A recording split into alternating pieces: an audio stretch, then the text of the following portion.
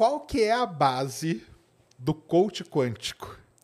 A base, na verdade, eu acho que de tudo que é alguma coisa quântico, é aquela ideia do experimento da fenda dupla.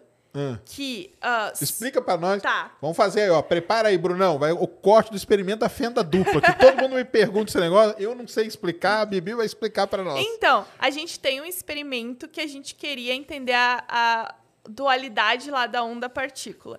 Aí a gente tem que quando a gente dispara um feixe de elétrons, né, por duas fendas, né? Primeiro a gente dispara uma vez, aí vê lá o comportamento de partícula. Dispara numa fendinha só, você vê o que acontece. É isso aí. Show.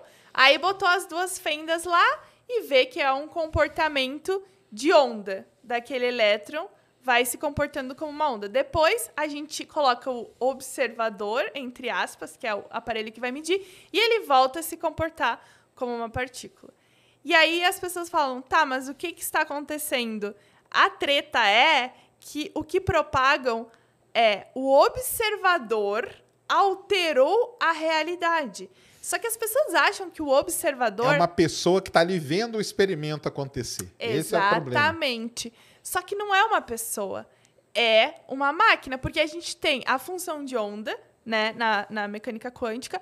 Essa função de onda ela vai descrever todas as possibilidades daquele sistema que a gente está trabalhando. E quando a gente faz a medida, ou seja, a gente colapsa a função de onda, a gente vai ter um resultado. Entendeu? Isso é o que as pessoas não entendem, eu acho. Que a física quântica, a mecânica quântica, ela vai trabalhar com a probabilidade. Então, a gente tem o princípio da incerteza de Heisenberg. A gente não vai poder falar assim, a partícula tá aqui, ou ela tá aqui, ou ela tá lá, antes da gente medir. E aí vem o próximo corte, o gato de Schrödinger, que é o que as pessoas falam muito. Isso foi um experimento mental, né, para dar uma explicação sobre o assunto, de que a gente tem todas as possibilidades dentro daquela caixa e a gente só descobre qual é a possibilidade quando a gente abre a caixa. E isso é colapsar a função de onda. Só que o que acontece? No filme que eu falei lá do Quem Somos Nós, tem uma animação, que aquela animação ficou muito popular. É uma animação muito boa, mas ela tá errada fisicamente. Porque na hora que no filme eles falam assim, o observador aparece um olho. Um olho. Aí dá a impressão que é a pessoa. Dá a impressão que é a pessoa. E aí aquilo se propagou, se espalhou, se pulverizou.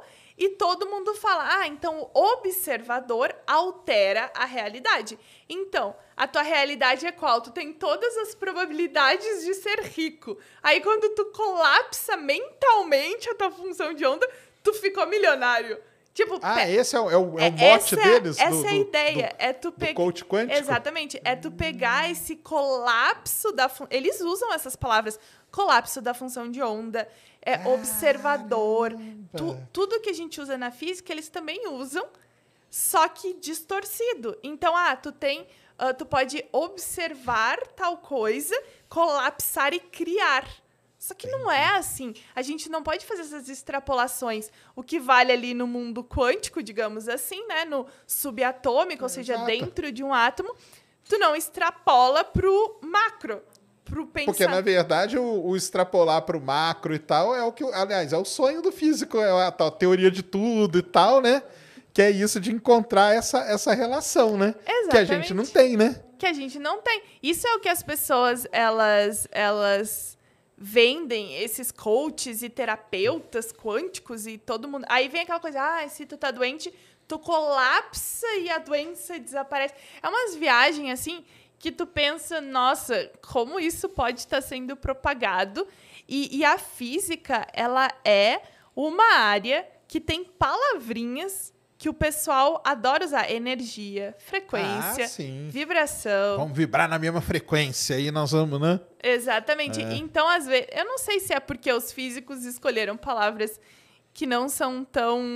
Mas sabe o que acontece muitas vezes? Eu vou te falar o que acontece. Acontece problemas de tradução, sabia? Principalmente para o Brasil. Porque, por exemplo, assim, o próprio negócio da fenda dupla e tal, porque eles devem escrever um observer, alguma coisa do tipo. É observer. Mas quem disse que é uma pessoa? Não está escrito ali que é um ser humano. Entendeu? Quando a gente na astronomia acontece isso. Por exemplo, o cara coloca assim, um objeto... e o Hubble. Só que em vez de escrever o Hubble, ele coloca Observer. Mas não é uma pessoa que está sentada no... É um equipamento que está ali.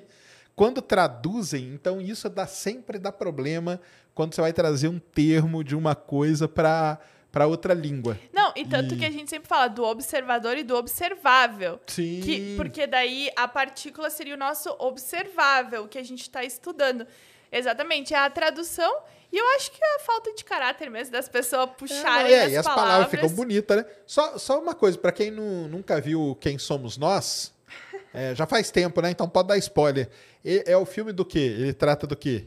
É um filme que, na verdade, ele quer explicar física quântica. Quem fez o filme é o Amit Goswami, que é um físico aí que, de fato, o cara foi físico, estudou na faculdade, deu aula na faculdade, mas em algum momento ele foi pro outro lado. Entendi. E aí eu acho que ele entendeu que falar sobre quântica e espiritualidade...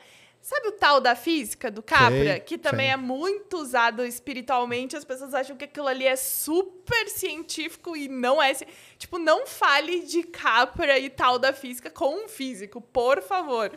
E aí as pessoas começam a usar isso de alguma forma, querer encontrar... Porque as pessoas sempre querem encontrar uma relação entre as coisas para provar algo superior, né? Uhum. E a gente não pode misturar, assim, a ciência e falar coisas que não existem. A gente trata do que existe, do que a gente pode fazer a experimentação, replicação e tudo mais.